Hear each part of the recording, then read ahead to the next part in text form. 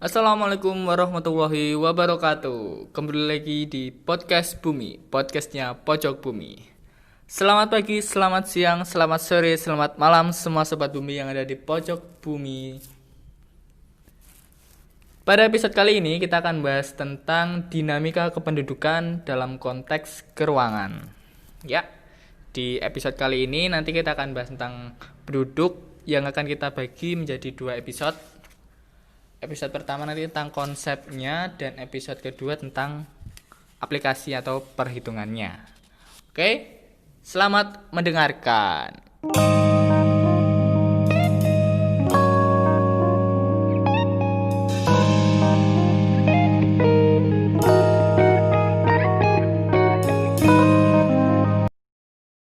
Oke teman-teman, kali ini kita akan bahas tentang penduduk.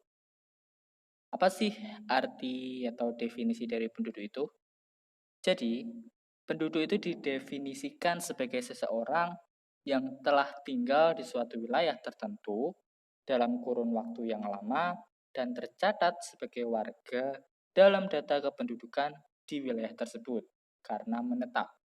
Jadi, seseorang yang tinggal di suatu wilayah dan waktunya lama, kemudian tercatat sebagai warga dalam data kependudukan serta menetap, itu disebut penduduk. Lantas kalau tidak menetap itu disebut apa? Bisa saja disebut sebagai pengelaju atau komuter. Nah, dalam penduduk ini banyak sekali tokoh-tokoh atau demograf-demograf yang membahas tentang kependudukan atau penduduk.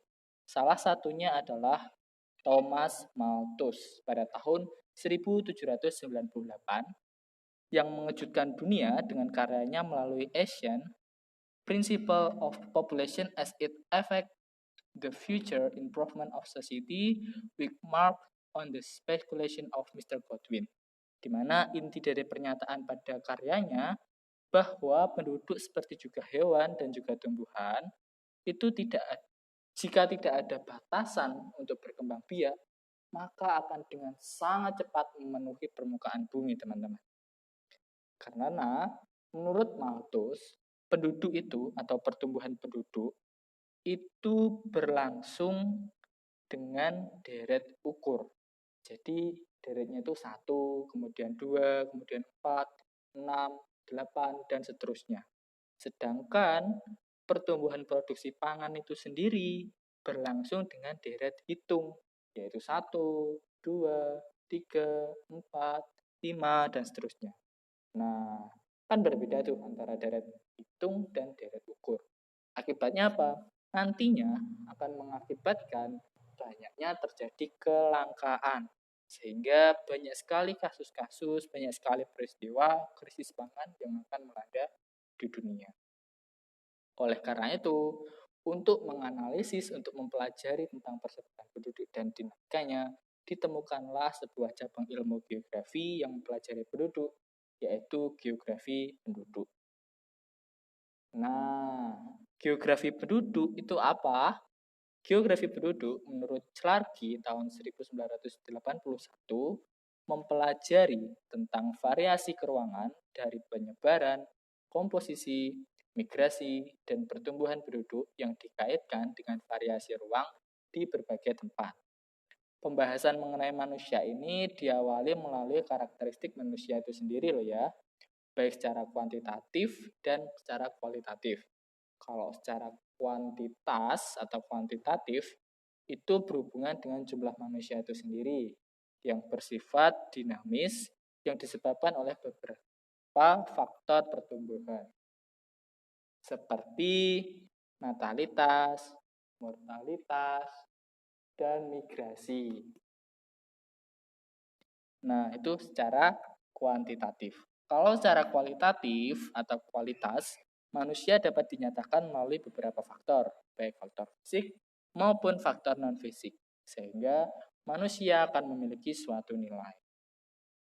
Sumber daya manusia di suatu tempat itu relatif dapat lebih unggul dibandingkan sumber daya alam di tempat lain atau dibandingkan sumber daya manusia di tempat lain, tergantung bagaimana kuantitas dan kualitas dari manusia itu sendiri. Seperti itu. Oke? Nah, kita sudah mempelajari apa itu penduduk dan juga geografi penduduk.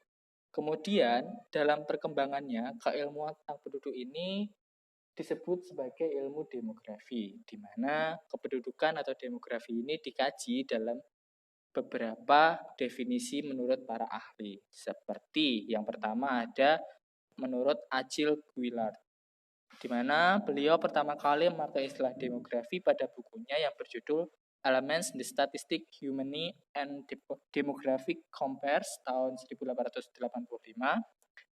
yang mana Guillard itu menyebutkan bahwa demografi mempelajari segala sesuatu, keadaan, dan sikap manusia yang dapat diukur.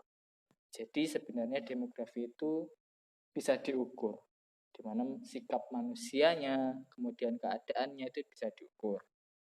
Itu menurut Achille Guillard. Kemudian ada menurut Donald J. Bogu, di mana demografi adalah ilmu yang mempelajari secara statistik dan matematik jumlah, komposisi, dan distribusi penduduk, serta berbagai perubahannya sepanjang masa melalui bekerjanya 5 komponen demografi, yaitu kelahiran, kematian, perkawinan, migrasi, dan mobilitas sosial dalam bukunya Principle of Demography.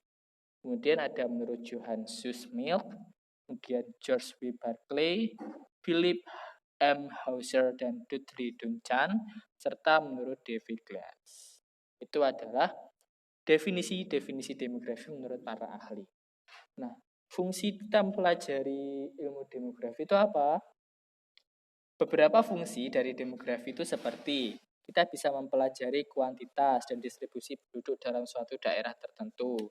Kemudian kita bisa menjelaskan pertumbuhan di masa lampau, penurunannya, peningkatannya, dan lain-lain, serta mengembangkan hubungan sebab akibat secara perkembangan penduduk dengan berbagai aspek organisasi sosial. Itu adalah fungsi kita mempelajari demografi.